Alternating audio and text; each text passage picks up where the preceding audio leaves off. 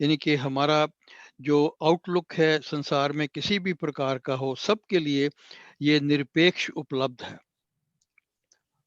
और कृपा प्रभु का इसलिए क्योंकि वो प्रभु का सहज स्वभाव है, इस the inherent character, inherent trait of the Lord. तो अब यहाँ स्वामी जी प्रभु की के मंगल पारे नाम को, श्री राम को इंट्रोड्यूस करते हैं, श्री राम नाम को इंट्रोड्यूस करते हैं। तो अवतरण के मार्ग में उसका हमसे परिचय करवाते हैं कि राम नाम क्या है। परमेश्वर का नाम जो है शुभ और मंगलकार, मंगल की मूर्ति है। वो जिस प्रकार प्रभु मूर्ति है कृपा की, इसी प्रकार उसका नाम भी वही कार्य करता है। और इसको हम कहते हैं कि ये उसका चिन्ह है, प्रतिमूर्ति है, गुणों का चिन्ह है।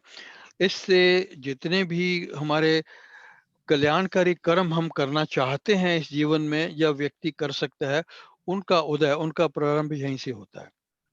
फिर उसके बाद हमने देखा कि नाम में जो नामी है वो सृष्टि का अविनाशी बीज है। यानी कि सृष्टि की उत्पत्ति और या उसका जन्मदाता वही है। जन्म के साथ साथ एक बात और भी यहाँ पे देखने वाली, जो हमें याद रखने वाली है, कि नॉर्मली जो संसार में जब हम किसी चीज का, वस्तु का बीज बोते हैं, अन्न का बीज बोते हैं, तो अन्न की उत्पत्ति होती है, पौधा पैदा होता है, उसके साथ साथ बीज जो है वो समाप्त हो जाता है, उसमें भूमि में उसके जो है वो उसका क्षय हो जाता है या वो लय हो जाता है। परंतु ईश्वर जो है वो उस प्रकार का बीज नहीं है। सृष्टि की उत्पत्ति के साथ साथ उसके बाद भी वे वैसे ही बना रहता है। तो जो प्रभु राम जो सृष्टि के कारण है, उसमें सारी शक्तियां केंद्रित हैं। प्रभु राम का जो मंत्र है राम नाम, और वो इसी कारण से जो हमारे जितने भी भक्त हैं, जो जो भी इस भगवान को भजते हैं या उसकी आराधना करते हैं, उसको भव सागर सागर से, यानी जन्म मरण के बंधन से मुक्त करता है। तो सब प्रकार की संपत्ति चिरस्थायी रूप में प्राप्त होती है, शांति, सुरक्षा, सुख, संतुष्टि, पूर्णता, ये सब हमें हमारे भीतर हैं। आत्मा परमात्मा अगर हमारे भीतर है तो वो भी हमारे भीतर ही है, और उसको अनुभव करने के बाद ही हमें इन सभी बातों का अनुभव होता है। जब हमें आत्मा परमात्मा या परमात्मा का अनुभव हमें होता है, या हमें वो उसकी प्राप्ति होती है, उसके बाद जो मनुष्य का जो काम है, यानी कि उसकी वासना, इच्छा, कामना, उससे जुड़ी हुई जो भी भाग दौड़ हम इस संसार में करते हैं, वो फिर समाप्त हो जाती है। तो जब हम निष्काम भाव से प्रभु को अपने अपने भीतर आत्मा का जीवन, आत्मा का आत्मा मान लेते हैं, उसकी भक्ति में लीन हो जाते हैं, तो हमारे सारे पुराने संस्कार जो हैं कर्म फलों से जुड़े, वो फिर से हम भोगने नहीं पड़ते कर्म फल जो हैं। तो अकर्ता और प्रभु का यंत्र बनकर हम इस संसार में विचरते हैं।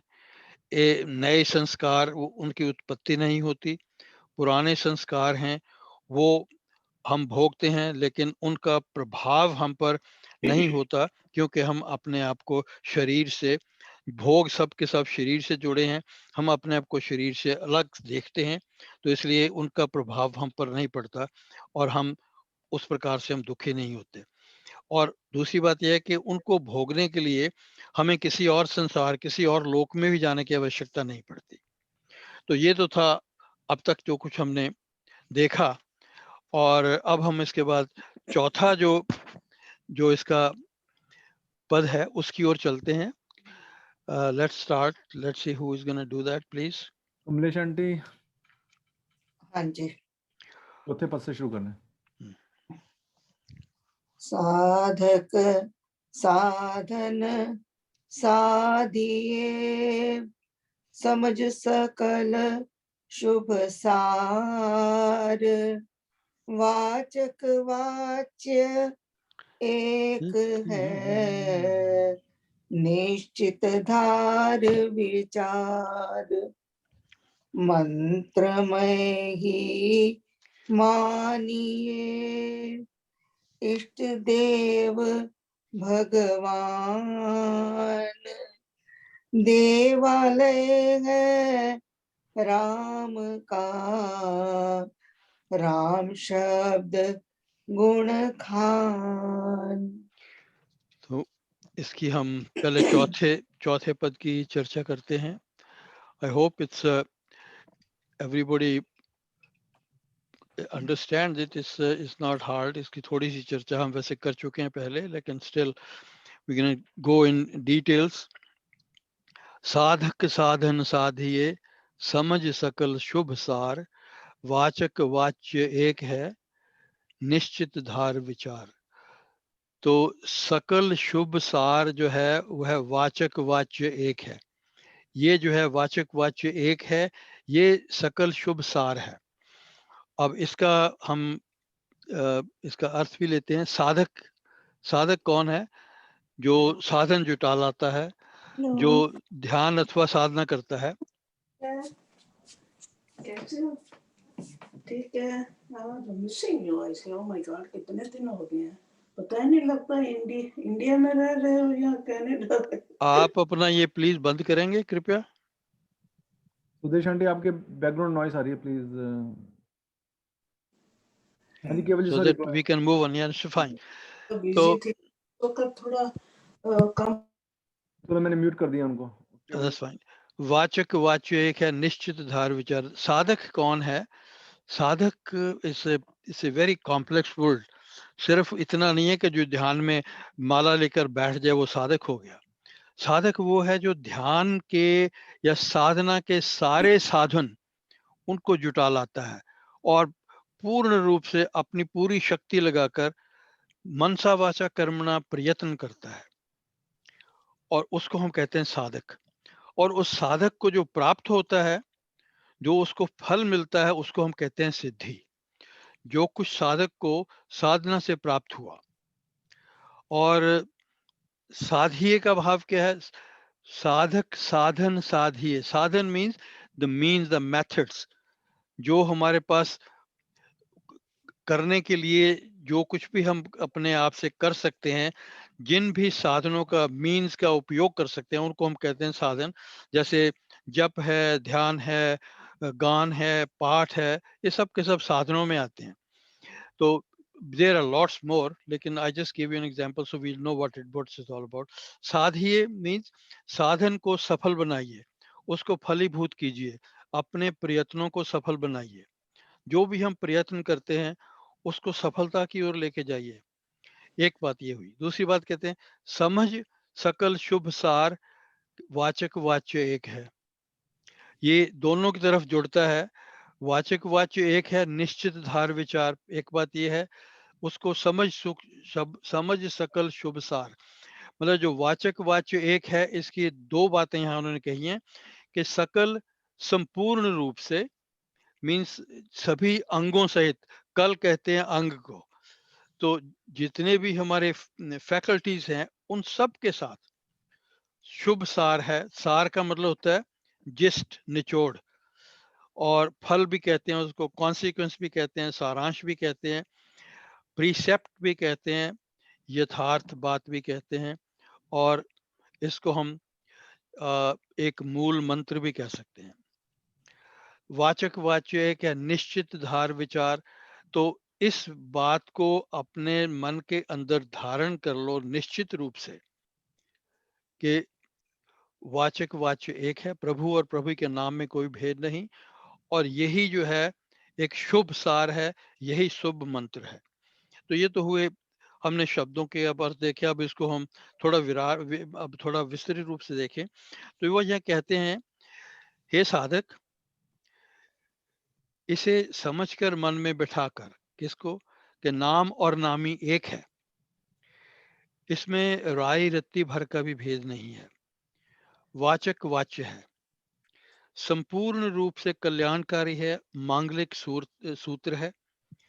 भली भांति इसको समझकर मन में विचार करके, आपने इसको पहले समझना है, अपने मन में विचार करके और जब आपको इसकी पूर्ण रूप से समझ लग गई, आपको इस पर विश्वास हो गया, तो दृढ़ विश्वास के साथ इसको अपने मन में धार कर, और ये जो है नाम योग के जितने भी साधन हैं उनको फिर फलीभूत करो।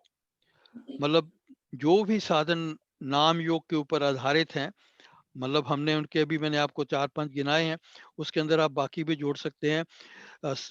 ये तो इस पहली बात तो ये सूत्र हो गया, ये वाचक वाच्य एक है, ये सूत्र सार का अर्थ सूत्र भी हो गया। तो जप, सिमरन, ध्यान, पाठ, गायन, वादन, ये सब के सब जो हैं वो उसके अंतर्गत ही आ जाते हैं। ये नाम योग के ये अंतर्गत साधन जो हैं ये हैं, और इन साधनों को फलीभूत करो, इनको मेक देम सक्सेसफुल।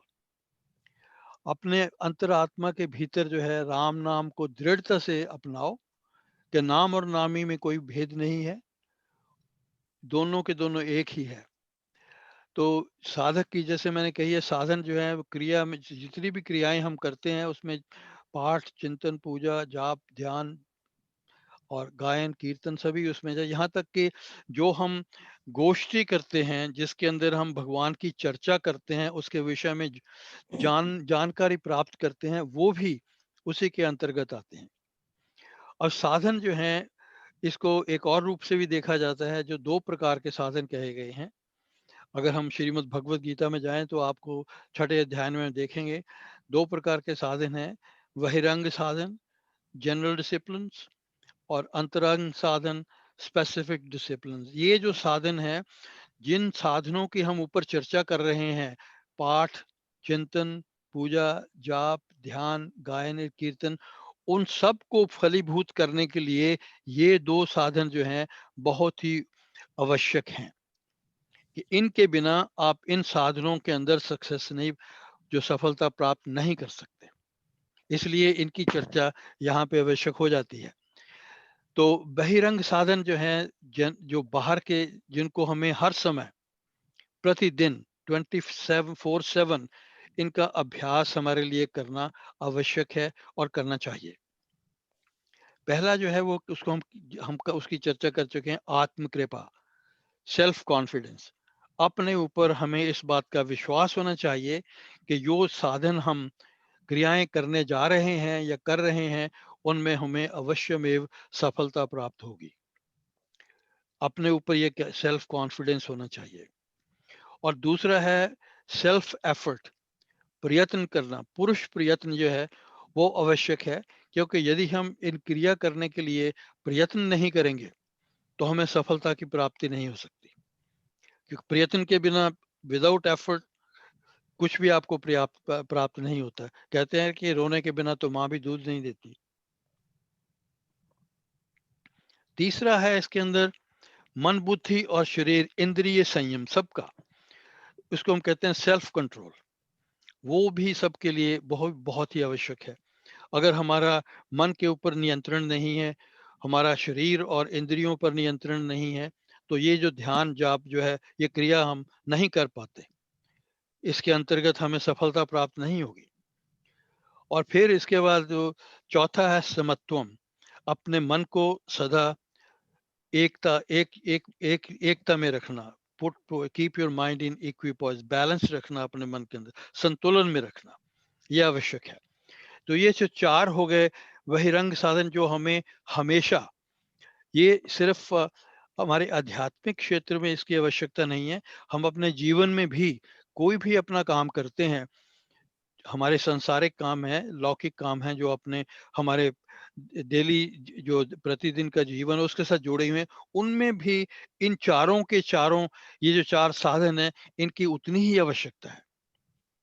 फिर उसके बाद आता है अंतरंग साधन, जो हमें समय के अनुसार, जब हम अपने ध्यान में बैठना चाहते हैं या क्रिया जो करना चाहते हैं, पाठ है, चिंतन है, पूजा, जो भी हम क्रिया करना चाहते हैं, उसके लिए वो उनकी आवश्यकता उस समय पड़ती है। It is not that you have to do 24/7, पर ये उस समय जब हम बैठते हैं ध्यान में, आराधना के समय, उसके अभ्यास की आवश्यकता वहां पे है। उसमें क्या चीजें आती हैं, आपके शरीर की स्थिति क्या हो, पॉस्चर आपका क्या हो, किस प्रकार से बैठे, उसके बाद मन बुद्धि की स्थिति क्या होनी चाहिए, मन आपका केंद्रित हो, बुद्धि आपकी जो है वो एक तरफ उसी ध्यान में हो जो आप करना चाहते हैं। फिर आपकी सीट कैसी हो, जहाँ पे आप बैठे हैं वो आसन कैसा हो, और जिस स्थान पर आप बैठे हैं, जिस कमरे में बैठे हैं, वो पीसफुल होनी चाहिए, शांत होना चाहिए। तो इस प्रकार की बातें जो है इनको हम अंतरंग साधन कहते हैं। ये दोनों प्रकार के साधन जो हैं वो हमें उपयोग में लाने की आवश्यकता है। और जब तक हम इनको उपयोग में नहीं लाते तो जो भी हम कार्य करना चाहते हैं, चाहे वो पाठ है, चाहे वो जप है, चाहे वो ध्यान है, उसमें हमें तभी कभी सफलता प्राप्त नहीं होती। और हमने यहाँ एक बात और की है कि वाचक वाच्य सूत्र है। ये जो वाचक वाच्य एक है, इस सूत्र में 4 महत्वपूर्ण बातें कही गई हैं, शायद आप याद करें उनको, कि राम मंत्र, प्रभु राम शब्द या मंत्र परमात्मा का वाचक है, नाम है, ये उपासक को परमात्मा में लीन करता है, या इसी में हमें परमात्मा की प्राप्ति होती है। दूसरी बात, वाचक के अंतर्गत प्रकट होने वाले परमात्मा स्वरूप को हम वाच्य कहते हैं, तो नामी कहते हैं। वाचक जो है प्रभु राम, जो सच्चित आनंद स्वरूप स्वयं है, उनका जो वाच्य प्रभु स्वयं है और वाचक उनका नाम है। और हम जब कहते हैं वाचक और वाच्य में कोई भेद नहीं है, तो ये बात हम अभी आगे जाकर भी देखेंगे कि जो कुछ गुण वाच्य में निहित हैं वही वाचक में भी हैं। तो वाचक वाच्य पावन नाम और भगवान श्री राम में राय रत्ती का भी भेद नहीं है, ये बात हम यहाँ ऊपर कह चुके हैं। चौथी बात, इस सूत्र को सकल शुभ सार कहा गया है। ये राम कृपा अवतरण का सूत्र है, और साथ ही साथ ये अमृतवाणी का भी कृपामयी सूत्र है, और श्री भक्ति प्रकाश का भी ये सूत्र है। तो ये सारे के सारे जो अमृतवाणी है हमारी है, वो सब की सब नाम योग के इस सूत्र में ही पिरोई हुई है। इस बात को आपने अभी से याद रखना है, क्योंकि अभी हमने श्री अमृतवाणी में प्रवेश नहीं किया, तो उससे पहले ये हमें समझ लेना चाहिए कि ये जो सकल शुभ सूत्र है, सूत्र क्या है,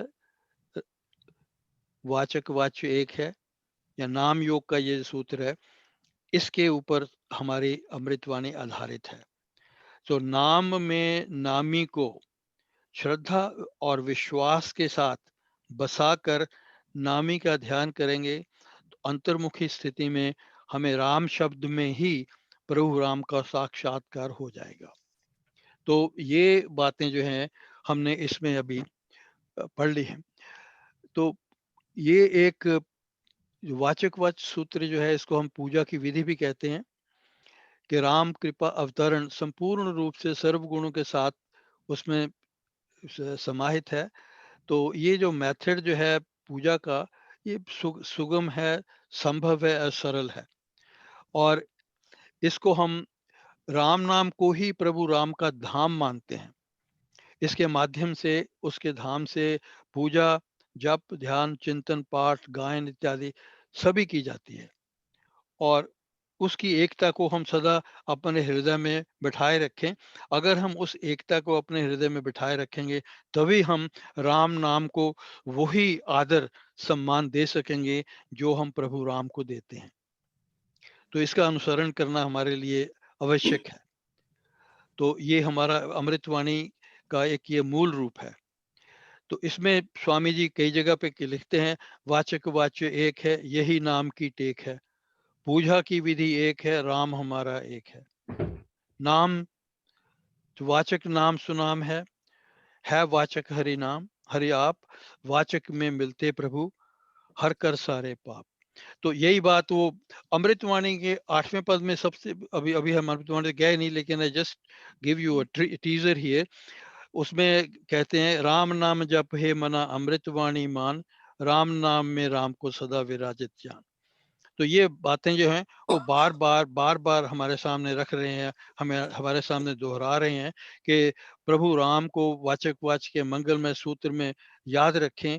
राम नाम में ही राम प्रतिष्ठित हैं, ये जानते हुए उसकी जो परावाणी है उसको अवतरित ध्वनि मानकर उसका पाठ कीजिए। तो इसके विषय में कुछ कहना चाहते हैं आप before I move to the fifth one? मेरा एक सवाल छोटा सा था जी। हाँ जी। जैसे आपने कहा फिजिकल पोस्चर ऐसा होना चाहिए, वो तो इजी है। दूसरी ठीक है। बात जो थोड़ी डिफिकल्ट या कंट्रोवर्शियल है वो मेंटल। मेंटल का मतलब है कि thoughts can not be controlled by the thoughts. तो आप बैठे राम का नाम ले रहे हो, सब या चीज है, श्रद्धा है, भाव है, मंदिर में हो, एवरीथिंग इज ओके। लेकिन जो माइंड है that has got a tendency to flit away, या तो चला जाता है पास्ट में या चला जाता है फ्यूचर में। प्रेजेंट में रहे और राम नाम जब ले रहा हो तो राम नाम की ही बात करे, लेफ्ट राइट ना जाए। पास्ट की बात एक दफा शुरू हुई तो वो फिर पेंडुलम की तरह होती गई, या फ्यूचर हुई तो वो भी डिस्टर्बेंस, दोनों ही डिस्टर्बेंस है। तो कोई इस पे भी इसका चाहे तो बताए। हाँ, इसका देखिए, हमारे जो ध्यान करने की ये एक ऐसी परिस्थिति है जो जो हर एक व्यक्ति के सामने आती है, और उसका जो सबसे सिंपल जो तरीका बताया गया है वो ये है, जैसे कि उसको मैं एक उदाहरण से देता हूँ। अगर आप मान लीजिए किसी का घर जो है सड़क के किनारे पर है और किचन का दरवाजा सड़क के ऊपर खुलता है, which is usually not there possible but it happens है। तो आप एक 2 या 3 साल का बच्चा है, वो दरवाजे के पास बैठा है, माँ उसकी किचन में काम कर रही है, तो उसका जब वो बाहर से गाड़ी जाती है, कार सड़क में से गुजरती है या कोई बाइसिकल वाला गुजरता है, तो बच्चा वो दरवाजे में से बाहर को भागता है। फिर माँ जो है अपना काम करती है, लेकिन साथ साथ वो उसका ध्यान बच्चे पर भी बना रहता है। वो उस बच्चे को जैसे ही दरवाजा खोलकर बाहर जाता है तो उसको वो पकड़कर लाती है और उसको उसी के अपने स्थान पर बिठा देती है। दिन में जितनी बार वो बच्चा ये कार्य करता है उसको उतनी बार ही वो अंदर लाकर बिठाती है। तो यही जो स्थिति है वो हमारे मन की भी है। मन जो है वो बाहर को भागता है, वाह्यमुखी होता है। वाह्यमुखी होने का भाव यह है कि वो भविष्य की ओर जाता है या भूत की ओर जाता है, लेकिन वर्तमान में he doesn't stay in the moment, क्षण में नहीं रहता वो।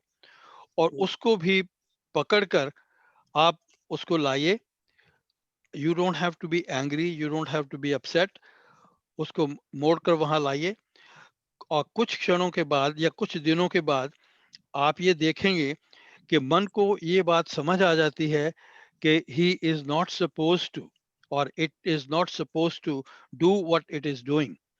वो फिर आहिस्ता आहिस्ता आहिस्ता आहिस्ता अंतर्मुखी, किचन में जैसे बच्चा किचन में बैठने का अभ्यास करने लग जाता है, वहां पे बैठने लग जाता है, तो उसको ये बात समझ आ जाती है कि उसे बाहर नहीं जाना, it is not good for him और इट इज डेंजरस, तो वो फिर बैठ जाता है। तो यही स्थिति हमारे मन की भी है। इसी को जो है बहुत सारे जो जो जप जप में जो प्रवीण हैं, जो सन्यासी लोग हैं या जो भी इसमें संत लोग हैं, जो जो भी इसका अभ्यास करते हैं, उनको ये जो तरीका सबसे उत्तम वो समझते हैं। और इस उन्होंने most of them they have practice this method. तो अगर आप ये मेथड अपनाएं कुछ दिनों के बाद, अगर आप इस अगर आपको अगर आप, पहली बात तो ये है कि you have to be sure that you want to sit for ध्यान।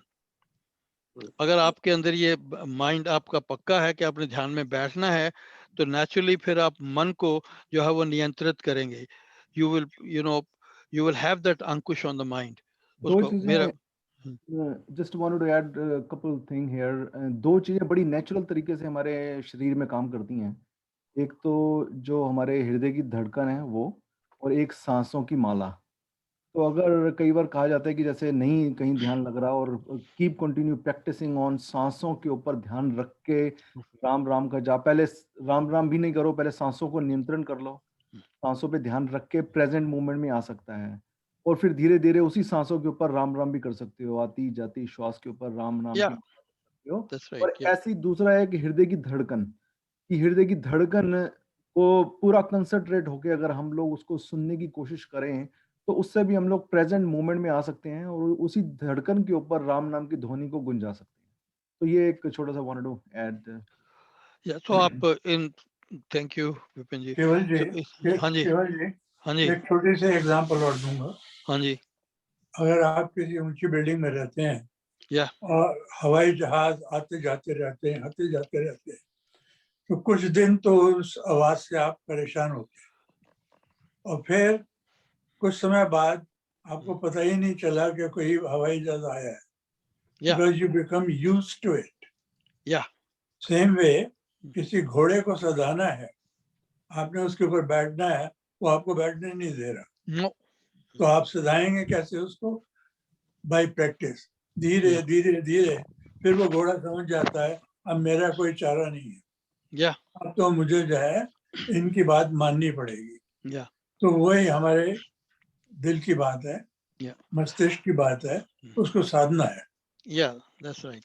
एक बात और, या बेसिकली भाव ये है कि हम जिस वातावरण में रहते हैं उस वातावरण में रहने का हमें हमें आदत हो जाती है, तो Yeah. उसके बाद फिर वो जो वातावरण है आपको परेशान नहीं करता। Basically that's what it is. आपका कहने का भाव ये है कि अगर हम उसके साउंड में हम रहते हैं तो वो थोड़े दिन तक हमें परेशान करती है, उसके बाद we get used to it, फिर हमें कई बार फिर वो हमें आवाज जो है सुनाई भी नहीं देती। Yeah. लेकिन ये तो हो तभी सकता है अगर हम उन विचारों के ऊपर पूरा कंसंट्रेट करें, क्योंकि कई बार जो भी विचार आता है हम उसके साथ बह जाते हैं, और हाँ, बह के हम उसके साथ चले जाते हैं तो भूल जाते हैं कि हमारा मेन एम क्या था बैठने का। नो तो दैट्स इस ट्रू। बात का आपको ध्यान रखना है कि आपको विचार से आप हटे, उसको वापस लाने के लिए आपको जागृत रहने की जरूरत है, अवेयर। Thank you. जो चोपड़ा जी, आपका प्रश्न का उत्तर मेरे ख्याल तो दे दिया होगा तो। काफी हद तक मिल गया। एक तो ये रिपीटिशन है जो विपिन जी ने कही, मैंने पहले एक दफा एग्जांपल दी थी सांस वाली। लेकिन एक चीज और है थोड़ी सी, उसमें चेंज कर सकते हैं टाइमिंग का। For example let us suppose कि हमें 10 बजे दफ्तर जाना है और हमने प्रैक्टिस ये बना रखी है नहाने के बाद जी हम मंदिर में 5 मिनट बैठ जाया करें और जाप कर लें। आप बैठ तो गए, आपके दिमाग वहां टिकेगा ही नहीं। आप तो लगे 10 बजे पहुंच जाऊंगा कि नहीं दफ्तर में, 9:45, तो या तो वो टाइमिंग बदल ले बंदा थोड़ी सी, या कुछ और करे। वो ये तो नहीं कह सकता ना दफ्तर ना जाए, उसने काम तो करना ही है दुनियादारी के। So that also has got some important input on this, या कि जो वो सूट करे। that's right। ये जो है ना, जो आपने बात कही, इट कम्स अंडर द अंतरंग साधन जो है ना, उनके अंदर आती है। जो 6-7 बातें हैं उसके अंदर, शरीर की स्थिति, मन बुद्धि की स्थिति कैसे हो, आसन कैसा हो, स्थान कैसा हो, समय को हो, वो सब चीजें उसके अंदर आप एडजस्ट कर सकते हैं। देन यू कैन और ये भी कैरी ऑन फ्रॉम देयर। केवल ये भी चीज है कि अगर मेरी तीव्र लालसा है कि मेरा जो ध्यान है या मेरा जो जाप है वो थोड़ा सा भंग हो जाता है, क्योंकि मेरे को बाहर की चीजों को ध्यान रखना पड़ता है, तो मैं थोड़ा सा टाइमिंग, जैसे चोपड़ा जी ने बोला है, कि अपना थोड़ा सा टाइमिंग बदल दूं, या कि मतलब कि ऑफिस जाने से पहले की बजाय मैं और पहले बैठ जाऊं, और जल्दी या नहा लूं, और जल्दी या अपना टाइम जो है दैट्स वो राइट। या ऐसा सा मैनेज कर। इसीलिए संतों ने अमृत वेला का नाम दिया। जी, अमृत या वेला जब एकदम से शांति होती है, सारी सृष्टि शांत होती है। या तो ये तो प्यास अमृत वेला है। तीव्र तीव्र प्यास है और लालसा है, और ये समझ में आ रहा है कि यार मेरा जो जाप है वो 5 मिनट में हो नहीं रहा, क्योंकि मैं 10 बजे मेरे को ऑफिस जाना है, मेरे को बार बार ऑफिस का ख्याल आता है, और अगर तीव्र लालसा और प्यास है तो मैं अपना टाइम जरूर कर लूंगा। Yes right. या दैट्स राइट। उसके बिना तो वैसे कुछ भी नहीं हो सकता। अगर आपके पास लालसा नहीं है तो आप बैठेंगे नहीं ध्यान में। सब तो ये तो आने की तो बात ही छोड़ दो, फिर चलो फिर कभी कर लेंगे। आपका जो मन है वो हुज्जतों में लग जाएगा कि मैंने अब नहीं आया, तबीयत ठीक नहीं है, मन नहीं कर रहा, फिर बैठ जाएंगे। इस तरह की बातें सोचते हैं। एनीवे एक लेट्स कबीर जी मूव का ऑन। हाँ हाँ जी, एक कबीर जी का दोहा शेयर कर लूं? हाँ जी प्लीज। जिसकी जितनी इच्छा उसकी उतनी ऊंची उड़ान। या जितनी इच्छा होती है उसकी ऊंची उतनी उड़ान होती है। कोई तो छत तक ही उड़ के रह जाता है, और कोई कहकशां से आगे चला जाता है। कहकशां, तारों का जो समूह है उससे भी आगे। हाँ, होराइजन कहकशां, या होराइजन क्रॉस या किया। Just right. कहकशां आपको ये उर्दू का है, perhaps some of us don't understand। तो कहकशां मींस जो ऊपर हमें तारे नजर आते हैं वहां तक जा सकता है। और कोई छत तक ही उड़ के रह जाता है और कोई that's right. अपनी अपनी जितनी उड़ान है। जितनी श्रद्धा है उड़ान के अंदर, जितना हम अपने अंदर एफर्ट हम करेंगे वहां तक ही पहुंचेंगे। एनीवे, 5वां पद हम चलते हैं। मंत्र में ही मानिए इष्ट देव भगवान, देवालय है राम का, राम शब्द गुण खान। तो मंत्र में मीन्स मंत्र में विराजमान, संपूर्ण स्वरूप नाम रूपी मंत्र में प्रतिष्ठित है। पहली बात यह। इष्ट देव, आपका आराध्य देव, उसको हम कहते हैं इष्ट देव। और देवालय, आलय कहते हैं घर को, देव मीन्स आपका जो इष्ट का है, इष्ट है। देव और आलय को जोड़िए तो बन गया देवालय। तो आपके आराध्य का निवास स्थान, यानी कि हमारे आदि जो ईश्वर हैं उनका आदि स्थान, मंदिर इत्यादि, जो भी जहाँ पे भी हम उनको प्रतिष्ठित करते हैं, घट मंदिर कह लीजिए, वो भी उनका आदि स्थान है। और हमारा श्री राम शरणम, ये भी उनका आदि स्थान है। राम शब्द जो है वो राम नाम के लिए उपयोग हुआ है। गुण खान, खान मीन्स भंडार, अनंत गुणों का पुंज, अनंत गुणों का भंडार, उसको हम खान कहते हैं। तो हे उपासक, विश्वास के साथ ये धार लीजिए कि प्रभु राम जिसे आपने अपना आराध्य माना है वह मंत्रमय है, अर्थात वह राम नाम रूपी मंत्र में प्रतिष्ठित है। उसका संपूर्ण स्वरूप राम नाम की अटूट, बारी बारी हम उसको जपते हैं, राम राम राम राम, उसकी धारा में विराजमान है। और ये राम नाम उसके आदि स्थान से निश्रित हो रहा है। आदि स्थान मीन्स प्रभु राम, उससे ये राम नाम जो है निश्रित होकर हम तक पहुंच रहा है। और ये राम नाम जो उसके अनंत गुणों का पुंज है, ये गुणों की खान है, उसी धाम से ये सभी गुण जो हैं वो प्रकाशित हो रहे हैं। तो दो बातें हो गई यहाँ पे। अब ये देखना है कि इस हम राम नाम शब्द को क्या कहेंगे। राम नाम शब्द जो है वो वाचक है, और वाचक के जो प्रभु हैं राम, वो हमारे वाच्य हैं। और इसमें दोनों में समरूपता है या दोनों में एकता है। जो जब हम कहें कि दोनों में एकता है, तो इसका भाव ये हुआ कि जो गुण प्रभु राम में विराजमान हैं वही गुण प्रभु राम के नाम में भी विराजमान है। तो ऐसी धारणा हम बनाइए। प्रभु की भांति उनका वाचक जो राम नाम है वो भी उन्हीं गुणों का भंडार है, उन्हीं गुणों का पुंज है। तो ये धारणा बनाकर फिर हम उसके ध्यान में बैठते हैं। तो हमें उसके बाद ये जो शक्ति का, तो इसका भाव ये हो गया कि प्रभु राम शक्ति के घर हैं, तो राम नाम भी शक्ति का ही घर है। तो ये चिंतन और मनन हमें करना चाहिए कि राम नाम में भी वही कुछ उपलब्ध है। राम भी, प्रभु राम ज्ञानमय है, तो राम नाम भी ज्ञानमय है, आनंदमय है। और उसके जो ये भी निश्चित हुआ कि जो भी व्यक्ति इस नाम को निश्चित रूप से धारण करेगा, उसमें प्रभु अवतरण जो है उस कार्य में उसे सफलता प्राप्त होगी। तो प्रभु कृपा अवतरण में सफलता के लिए हमारे लिए आवश्यक है। अगर हम जाप करते हैं तो उसमें जाप के अंदर, नाम के अंदर नामी को देखकर, नामी के गुणों को बसाकर, उसकी सारी की सारी पहचान को नाम के साथ जोड़कर तब हम उसका ध्यान करें, तब हम उसका जाप करें।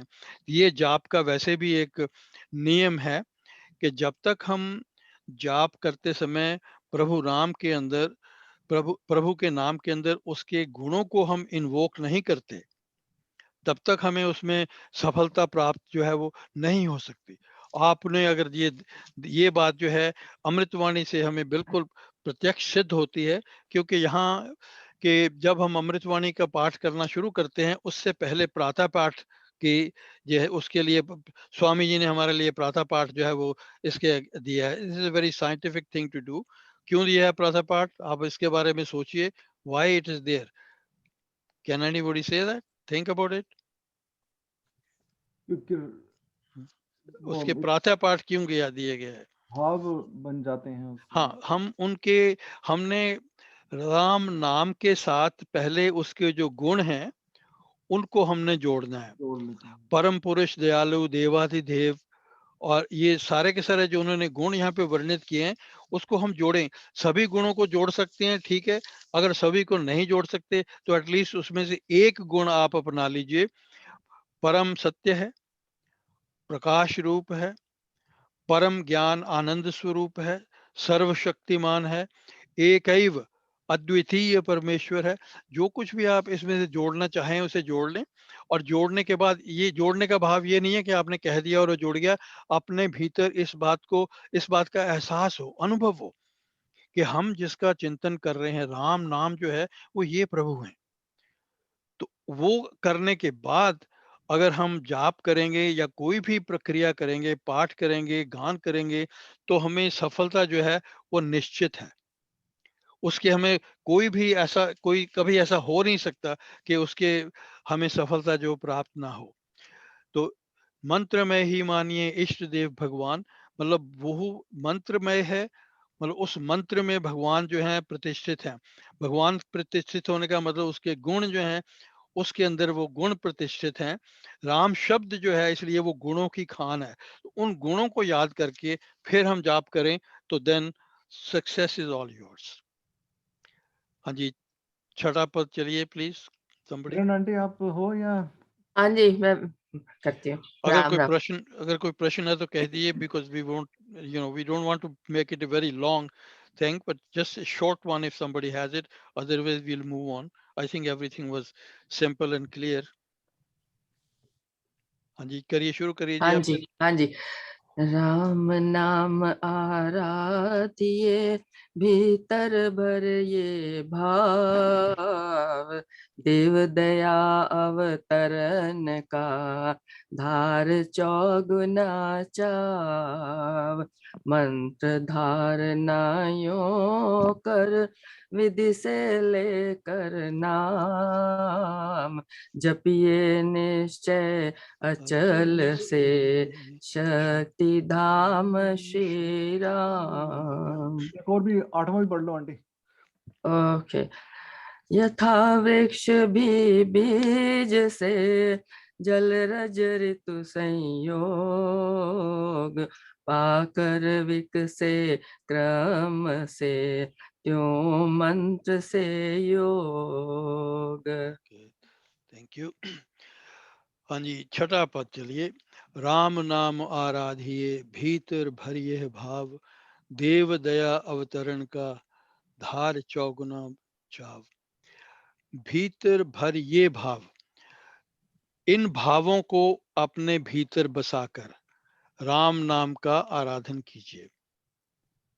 अब कौन से भाव जो हैं, जिन भावों की चर्चा हम 5वें पद में कर चुके हैं। प्रभु राम, उनका नाम ज्ञानमय है, शक्तिमय है, आनंदमय है, और प्रभु राम बीजाक्षर दया दया और कृपा की मूर्ति हैं। इन बातों को अपने भीतर बसाकर, क्योंकि आपने पहले तो जो राम नाम के जो गुण हैं, जो प्रभु राम के अंदर गुण है वही गुण है, उनको हमें अपने भीतर याद रखना है। ये फिर बात स्वामी जी बात हमें फिर यही बात कह रहे हैं कि जो प्रातः पाठ के अंदर जो गुण दिए गए हैं ये सभी गुण तो नहीं है, लेकिन कुछ गुण हैं जिनको हम फिजिकली फील कर सकते हैं। तो उन गुणों को आप अपने भीतर भरकर, अपने भीतर बिठाकर राम नाम का आराधन कीजिए। और फिर क्या है, और इस बात का आपको चौगुना चाव होना चाहिए कि देव दया अवतरण तो मेरे पर हुई समझो। तो दो तरह के यहाँ पे लोग जो है उनकी बात हुई है, एक तो ऑप्टिमिस्ट है, एक पेसिमिस्ट है। तो यहाँ पे ऑप्टिमिस्ट की बात हो रही है। उनको ये इस बात का भाव, ये बात अपने उनके मन में नहीं होते कि वो उनको उनके भीतर दया का अवतरण कब होगा, आज होगा, कल होगा, साल के बाद होगा, 4 साल के बाद होगा, या इस जन्म में नहीं दूसरे जन्म में होगा, लेकिन उनको इस बात का आश्वासन है कि देव दया का अवतरण जो है वो अवश्य होगा एक दिन। धार चौगना चाव, उनको इस बात का अत्यंत चाव है कि देव दया अवतरण जो है मेरे ऊपर होने वाली है, होगी होगी होगी।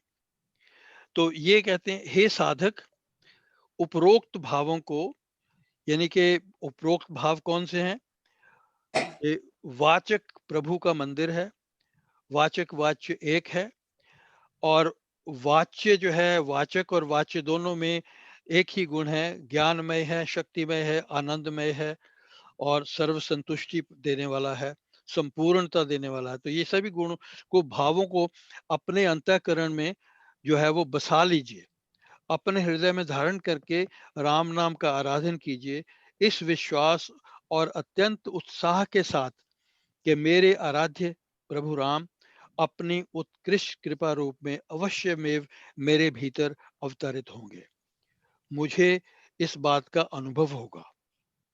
तो ये आशा और उमंग के साथ, दृढ़ विश्वास के साथ पाठ कीजिए, चिंतन कीजिए, ध्यान कीजिए, जप कीजिए, गायन कीजिए, और या और कोई आपका मनोनीत साधन है उसमें आप रत हो जाइए। तो कृपा अवतरण के यहाँ पे दो भाव जो हैं राम कृपा अवतरण के, वो अब इट्स रिपेरेटिव आई थिंक, तो फिर भी मैं कहना चाहूंगा कि वाचक वाच्य एक है, श्री राम अपने नाम में सभी शक्तियों और गुणों के साथ वो स्थापित हैं, वे अपने नाम में प्रकट होकर भक्तों को दर्शन देते हैं या उनके अंतरात्मा में जो है वो प्रकट होते हैं और उसका अनुभव करवाते हैं, उनका कल्याण करते हैं। साधक इन उत्तम श्रेष्ठ भावों को मन में बैठाकर साधनशील रहे तो कृपा अवतरण अवश्य होगा, और ये भी हम कह सकते हैं कि कृपा अवतरण दूर नहीं है। तो ये तो था छठा पद। अब सातवें पद की ओर जाते हैं। मंत्र धारणा यों कर विधि से लेकर नाम, जपिए निश्चय अचल से शक्ति धाम श्री राम।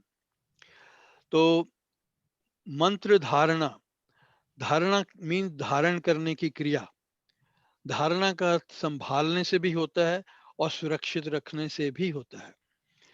सर्वप्रथम किसी अनुभवी संत से, जिसने साक्षात्कार कर लिया है, उससे, या किसी महिमावान गुरु से जिसके अंदर हर प्रकार के गुण निहित हों। तो यहाँ पे मैं स्वामी ऋषिवर श्री स्वामी सत्यानंद जी महाराज को यहाँ पे उनकी मैं चर्चा करूंगा कि विधि से, उनकी बताई हुई विधि जो है उसकी जो उनकी रीति के अनुसार नाम दीक्षा लीजिए। नाम को उसके अनुसार जो विधि उन्होंने कही है, जो व्रत के नियम उन्होंने दिए हैं, उनके अनुसार नाम दीक्षा लीजिए, नाम को ग्रहण कीजिए। फिर अपने मन में मंत्र को, जो उन्होंने मंत्र नाम मंत्र दिया है, उसको धारण कीजिए। अपने चित्त को राम नाम रूपी मंत्र में श्रद्धा पूर्वक बांधिए, मीन्स उस मंत्र को अपने भीतर सुरक्षित कीजिए ताकि आपका जो मन है विचलित होकर उस मंत्र को कहीं भूले नहीं। उसको स्थापित कीजिए, सुरक्षित कीजिए, उसको मीन्स उसको धारिए। कैसे धारेंगे आप? एनीबॉडी? धारने के लिए किस पर क्या करना चाहिए हमें? अगर हमने, हाँ जी, निश्चय, थैंक यू, दृढ़ता से निश्चय पूर्वक। निश्चय क्या हो कि राम मंत्र में प्रभु राम विराजमान हैं। पहली बात हमने ये अपने मन में बिठा लेनी है। प्रभु राम जो शक्ति का निधान है, शक्ति के कोश हैं, शक्ति के आधार हैं, वो उन्हें राम नाम में श्रद्धा पूर्वक स्थापित करके उसके उस उत्कृष्ट नाम का नित्य नियमित रूप से, उस उत्तम नाम का नित्य नियमित रूप से जप कीजिए। ये है उसको धारण करने की क्रिया। तो विधिपत का क्या अर्थ है यहाँ पे? जब हमारे विधिपत का है कि जो मंत्र दाता है वो पहली बात तो है वो अनन्य हो। तो कोशिश हमारी यही होनी चाहिए, जैसे स्वामी श्री सत्यानंद जी महाराज थे, वो प्रभु राम के अनन्य भक्त थे, राम नाम से ही जुड़े हुए थे। तो इस प्रकार का जो अनन्य भक्त है वो आपको नाम के विषय में उसके अर्थ और उसके भाव को अच्छी प्रकार से समझा सकता है, आपको उसके विषय में सारी जानकारी दे सकता है। और दूसरी बात यह है, जब हम विधिवत की बात करते हैं तो वाचक वाच्य सूत्र का ज्ञान जो है वो साधक को अवश्य होना चाहिए, क्योंकि उस सूत्र के पहचान के साथ ही साधक जो है वो साधना में सुस्थिर हो पाएगा। अगर मैं ये समझता नहीं कि राम, प्रभु राम में और उनके नाम में वो एक हैं, कोई भेदभाव नहीं है, तो अगर मेरे मन में ये बात, ये शंका मैं नहीं कहता, अगर मुझे इसका मुझे ज्ञान ही नहीं है तो मेरे लिए उस लेवल तक पहुंचना असंभव है। तो और नाम जो जो जो सेवन की जो विधि है, जब हमने नाम ले लिया तो उसके बाद सेवन की विधि क्या है, 24/7 या जो भी समय दिया हो निर्धारित समय में, वो उसको हमने once or twice a day at one appointed time, जो भी आप टाइम जो है निर्धारित कर लेते हैं, स्वामी जी भी ये कहते थे, उसके साथ साथ फिर कितना जो है वो मंत्र का हमने जप करना है, जो हमने जो डोज लेनी है वो कितनी हो, ये औषधि जो है उसको विधि के अनुसार एज डायरेक्टेड उसको लीजिए। यानी कि स्वामी जी के अनुसार राम नाम का जो औषध है उसे 10 से 20,000 बार दिन में जो है उसको लेना आवश्यक है, चाहे आप दिन में एक बार लें या दिन में 2 बार लें, जैसी आपकी सुविधा हो शुरू में उसके हिसाब से आप निर्धारित कर सकते हैं। तो ऐसे गुरु, जो अनुभवी गुरु हैं, अनुभवी संत हैं, उनसे जो ग्रहण किया हुआ या उनके पद चिन्हों पर चलकर विधिवत नाम ग्रहण किया हुआ साधक की आध्यात्मिक उन्नति अवश्य करवाता है। So if you take the medicine as prescribed, the progress of the aspirant is assured. हाँ जी, ये तो सा 7वां, I think we have done the 8th one too, right? हाँ जी, हाँ जी, ओके। तो 8वां जो है पद है वो क्या है, यथा वृक्ष भी बीज से जल रज ऋतु संयोग, पाकर विकसे क्रम से त्यों मंत्र से योग। तो यहाँ पे उन्होंने हमारे लिए एक उदाहरण दिया है कि एक बीज को अंकुरित होने के लिए और अंकुर से वृक्ष बनने के लिए किस किस चीज की आवश्यकता है। उसको हम एक शब्द में कहें या एक सेंटेंस में कहें, अनुकूल वातावरण की आवश्यकता है, प्रॉपर एनवायरनमेंट। उस प्रॉपर एनवायरनमेंट में क्या आएगा, पर्याप्त जल हो, तैयार की हुई भूमि हो, उपयुक्त ऋतु हो जिसमें वायु, समय, तापमान और सारा वातावरण जो ठीक तरह से मिले। That is in terms of time, season, amount of all other properties, they should be available in proper proportion. तो ये उचित या इसको हम संगत या appropriate का शब्द यूज करते हैं। इन तीनों के साथ, तीनों के उचित संयोग से मींस appropriate combination जो है उसके मिलने से बीज क्रमिक विकास की क्रिया से gradually it grows, it sprouts, then eventually it turns into a tree. तो ये परिवर्तन जो है वो होता रहता है। So seedling to a full bloom tree. उसी प्रकार जो राम नाम रूपी बीज है उसके लिए भी 3 ही बातें आवश्यक हैं। यहाँ पे हमने कहा जल, रज और ऋतु, और यहाँ पे भी जल, रज और ऋतु की आवश्यकता है। विवेक का जल, सद्गुणों की भूमि और सत्संगति का वातावरण, ये 3 चीजें हमें चाहिए। विवेक का जल, सद्गुणों की भूमि और सत्संगति का वातावरण। तो इससे क्या होगा, तो साधक में पूर्ण रूप से नाम योग का विस्तार होगा। मानी के जो मंत्र है वो बीज है, वो जो बीज है जब वो अंकुरित होगा तो वो भिन्न भिन्न जो स्टेजेस से गुजरता हुआ अंत में पूर्ण रूप से पूर्ण योग की स्थिति को प्राप्त होगा। पूर्ण योग की स्थिति का मतलब भगवान में पूर्ण रूप से लीनता और अंत में उसका जो अनुभव है। तो ये उसकी जो स्थिति है, मंत्र जो है वो इसी तरह जैसे एक बीज इन स्टेजेस से गुजरता है, इन चीजों को प्राप्त करके, 3 चीजों को प्राप्त करके डिफरेंट स्टेजेस से अंकुर से फूट फूट कर वृक्ष की ओर, वृक्ष में परिवर्तित होता है। इसी तरह ये जो मंत्र है, मतलब राम नाम है। अब देखिए, नाम में नामी प्रकट होगा, बीज में वृक्ष प्रकट हुआ, इसी प्रकार नाम में हमें नामी जो है हमें नजर आएगा, हमारे सामने अनुभव हमें उसका होगा, उसमें लीनता जो है वो हम प्राप्त करेंगे। तो ये मंत्र से जो है हमें पाप के और ताप के मारने के सद्भावों को प्रफुल्लित करने की क्षमता रहती है, सामर्थ्य रहता है। तो ये एक स्थिति है, this is the intermediate stage. मंत्र की जो है इंटरमीडिएट स्टेज है before we reach the climax. तो इसकी इंटरमीडिएट स्टेजेस क्या हैं, और भी हैं। हम मंत्र को हम श्रवण से प्रारंभ करें, मनन करते रहें उसका, फिर हम उसको चिंतन की स्टेज में ले आए। अब चिंतन की स्टेज में 3 स्टेजेस और आ गई, उसमें धारणा, ध्यान और समाधि।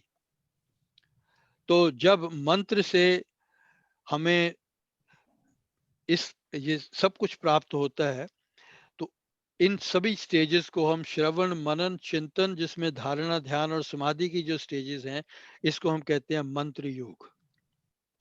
इस मंत्र को हमारे भीतर उचित धारणा, ध्यान और समाधि का वातावरण मिलता है जब हम श्रवण, मनन और चिंतन की स्टेज से आगे निकलते हैं। तो फिर क्या होता है, जब ये वातावरण मिलता है तो समाधि की स्टेज में जाकर क्या होगा, शब्द और उसके अर्थ में कोई भेद नहीं रहता, मतलब नाम और नामी में कोई अंतर नहीं रहता। जैसे पानी के अंदर हम एक शुगर का क्यूब डालते हैं, तो धीरे धीरे धीरे धीरे धीरे उस पानी के अंदर पानी ही हो जाता है, उसके अंदर पानी में और शुगर के उस क्यूब के अंदर कोई भेद नहीं रहता। इसी तरह शब्द और शब्द का जो अर्थ है, मीन्स शब्द यानी कि जो वाचक है, और अर्थ यानी कि जो वाच्य है, उन दोनों के अंदर कोई भेद नहीं रहता। तो अगर हम अपना जो ये कार्य है, जाप का जो कार्य है या पाठ का जो कार्य है, या जो भी हम विधि अपनाना चाहते हैं, उसको इसी भाव से शुरू करें कि जाप मानी के वाच्य में, वाचक में और वाच्य में, यानी कि शब्द में और अर्थ में कोई भेद नहीं है। उस श्रद्धा पूर्वक भाव से जब हम जाप करेंगे तो ये मंत्र योग हमें एकदम से हमारा सिद्ध हो जाएगा। तो ये विधि जो है बहुत ही महत्व, इसमें इस विधि में इस बात का बहुत महत्व है कि शब्द में और शब्द के अर्थ में, कि उसकी भावना में हम अपने आप को श्रद्धा पूर्वक लीन होकर जप करें।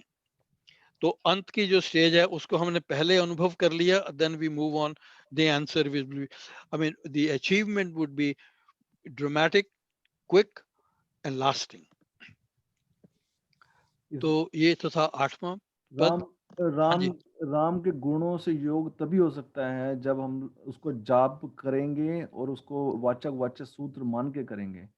अगर सिर्फ नाम ले लिया, नाम दीक्षा ले ली और उसका फिर आगे कोई चिंतन नहीं किया, कोई मनन नहीं किया, कोई निधि ध्यान नहीं किया, तो वो योग नहीं हो सकता, राम के गुणों में प्रवेश नहीं कर सकता। नो, बिकॉज आपको उनके गुणों का, you don't know anything about that, all you know is रटना।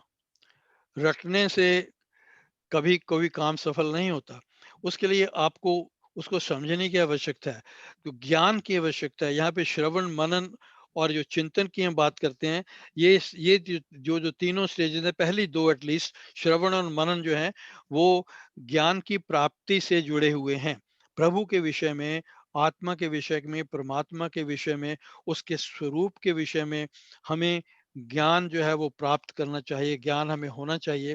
वो हम भक्ति प्रकाश से ले, हमने भक्ति प्रकाश में कुछ जो विषय जो हमने किए हैं, आत्मिक भावनाएं की हैं, we can go through that. उसमें हमें बहुत कुछ इस विषय में प्राप्त हो सकता है, जिनका श्रवण और मनन के साथ या चिंतन के साथ संबंध है। उसके बाद फिर जब हम उसको ध्यान में रखकर आगे बढ़ेंगे तो तभी हमें उसमें कार्य में सफलता होगी।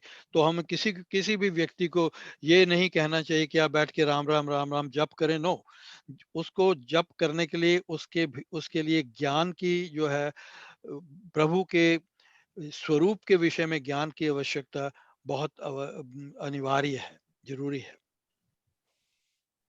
कमलेश आंटी, चलिए जी 9।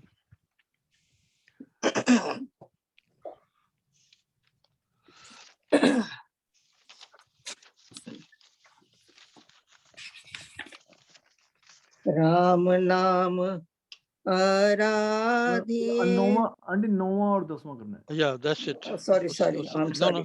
No. यथाशक्ति परमाणु में विद्युत कोश समान है, मंत्र त्यों शक्तिमय ऐसा रखिए ध्यान। ध्रुव धारणा धारिये राधिये मंत्र निधान।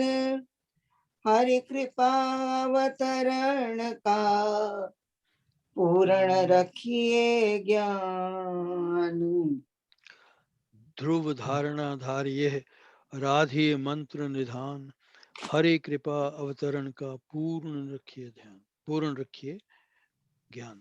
तो अब यहाँ पे हम 9वें पद की ओर चलते हैं। यथाशक्ति परमाणु में विद्युत कोश समान है, मंत्र त्यों शक्तिमय ऐसा रखिए ध्यान। तो परमाणु के अंदर ये हम जानते हैं कि परमाणु के अंदर, specially when we talk about radio active elements, वैसे सभी परमाणुओं में शक्ति है, लेकिन रेडियो एक्टिव एलिमेंट्स के बारे में हमने देखा है, सुना है। एटम बॉम्ब और हाइड्रोजन बॉम्ब, ये बॉम्ब वो बॉम्ब के विषय में सब की सब परमाणु के भीतर जो शक्तियां निहित हैं उनकी बात है। यथा जैसे परमाणु के अंदर, एक एटम के अंदर शक्ति है, विद्युत शक्ति निहित है, और विद्युत कोश समान, और जो कोर है उसके अंदर जो है वो विद्युत समाहित है। It is present in the potential form है। मंत्र त्यों शक्ति में ऐसा रखिए ध्यान। तो ये जो हमारा मंत्र है, राम नाम का जो मंत्र है, वो शक्ति का घर है, उसमें संपूर्ण शक्ति विराजमान है। इस तथ्य को हमारे लिए ध्यान में रखने की आवश्यकता है। तो ये तो एक सिंपल सी बात हुई। तो इसको हम कैसे कहें, हे साधक ये ध्यान रखो कि जिस प्रकार एक परमाणु में असीम शक्ति निहित है, जिस प्रकार बिजली घर में या बिजली घर बिजली का कोश है, ठीक उसी प्रकार राम मंत्र दैवी शक्तियों का भंडार है।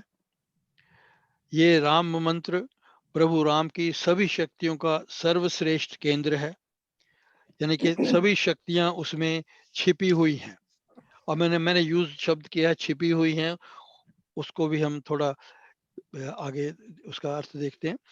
जैसे लकड़ी है, लकड़ी के अंदर पर्याप्त अग्नि छिपी है, अग्नि का भंडार है, पोटेंशियल है उसके अंदर, परंतु पुरुष प्रयत्न के बिना, विदाउट अ ह्यूमन एफर्ट, उसके अंतर्निहित अग्नि को प्रज्वलित हम नहीं कर सकते। उसके लिए हमें क्या आवश्यकता है, या तो मनुष्य घर्षण के साथ जो लकड़ियां आती हैं जिनका काम ही है, उनको हम उसके साथ रगड़ते हैं एक दूसरे के साथ, तो उससे जो है वो हीट, और हीट के साथ जो है अग्नि उत्पन्न होती है। या फिर हम अपने पास माचिस की तीली रखें, उस लकड़ी को हम जो माचिस की तीली से जलाएं, अपने आप जो है लकड़ी में से अग्नि जो है प्रकट नहीं होगी।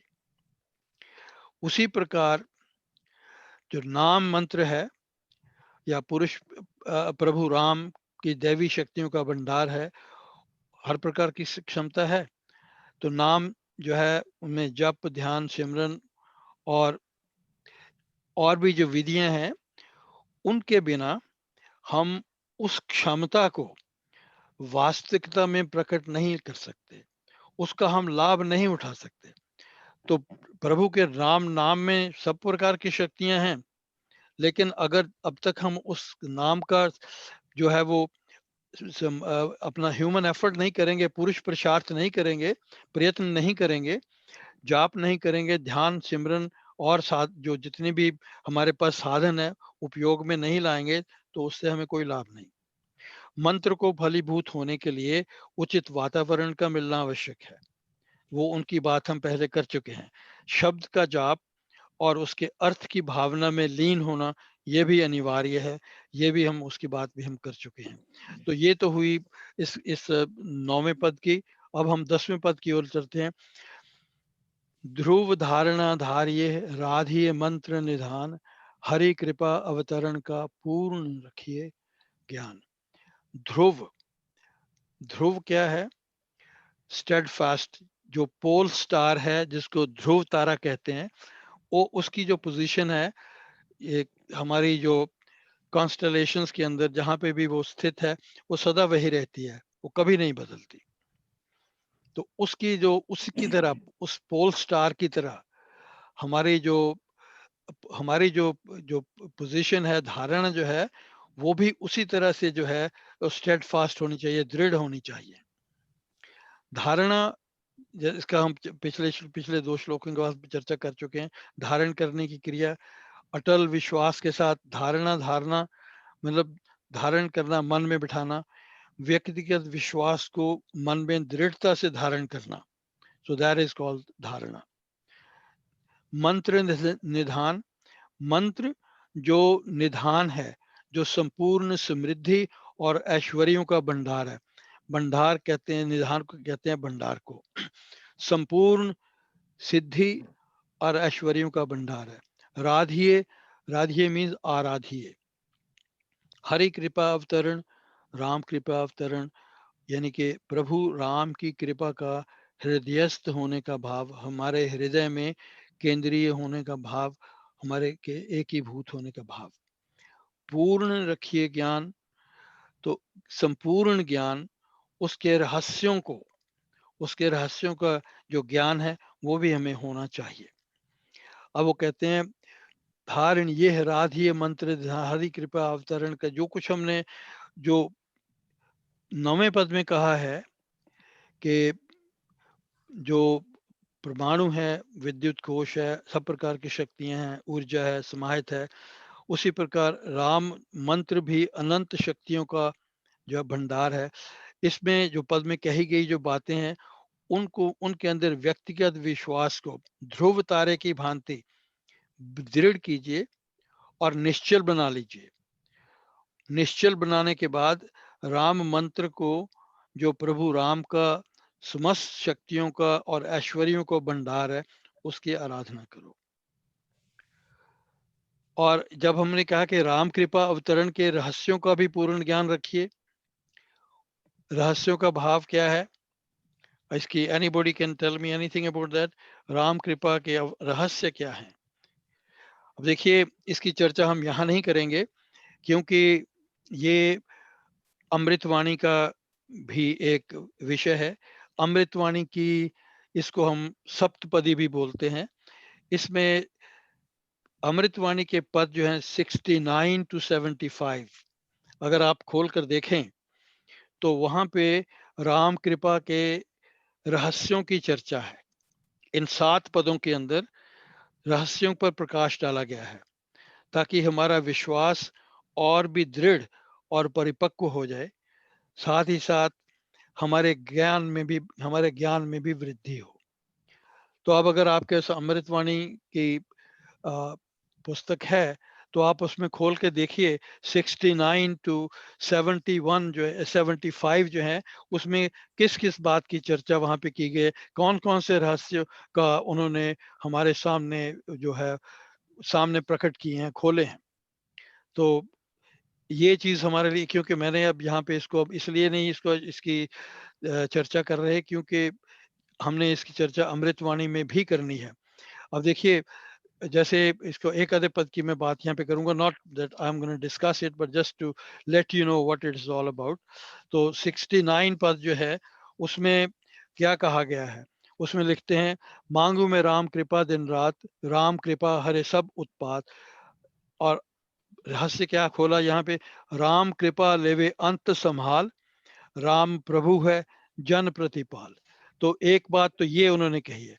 उसके बाद अगर आप अगले पद में चले जाएं तो उसमें क्या है, राम कृपा सब साधन मर्म, राम कृपा संयम सत्य धर्म। मतलब राम कृपा से ही हमें इस प्रकार की जो वस्तुएं हैं जो प्राप्त हो सकती हैं, जिनका हमारे ध्यान और बाकी जो हमारे आध्यात्मिक कृत्य हैं उनके साथ संबंध है। तो उसकी चर्चा, लाइक आई सेड, इन पदों की चर्चा हम यहाँ पे नहीं करेंगे क्योंकि we have to do it in Amritvani, we don't want to do it twice. तो इनको आप अपने पास, आपके पास अमृतवाणी घर में है, आप उसे देखिए, पढ़िए, वर्स 69 टू वर्स नंबर 75। तो जो राम कृपा अवतरण जो है, it is a spiritual idea, आध्यात्मिकता है उसके अंदर, भक्त और भगवान के बीच एक आदान प्रदान है। Although this transaction is not physical in nature, ये शारीरिक रूप से लेन देन नहीं है, लेकिन मानसिक लेवल के ऊपर ये आदान प्रदान है।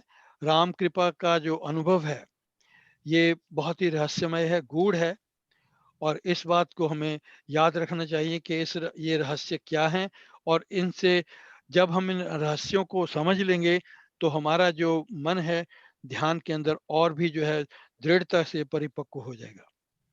तो यदि हम कार्य जो है कोई भी, उसके लिए लक्ष्य के ऊपर ध्यान देना आवश्यक है। ध्यान में रखकर यदि कार्य किया जाए, यदि लक्ष्य का ध्यान हमें नहीं है तो कार्य में सफलता नहीं होगी। अगर व्यक्ति व्यायाम करता है, I am just gonna take maybe one more minute and we'll finish off for the rest of the stuff, और भजन या कीर्तन जो भी है। तो अगर हम व्यायाम करना चाहते हैं, अगर हमारे ध्यान में ये व्यायाम करते समय जिस अंग के विषय में हम व्यायाम कर रहे हैं उसका हमें भान नहीं है, उसका ध्यान नहीं है, तो हमें व्यायाम का कोई लाभ नहीं होगा।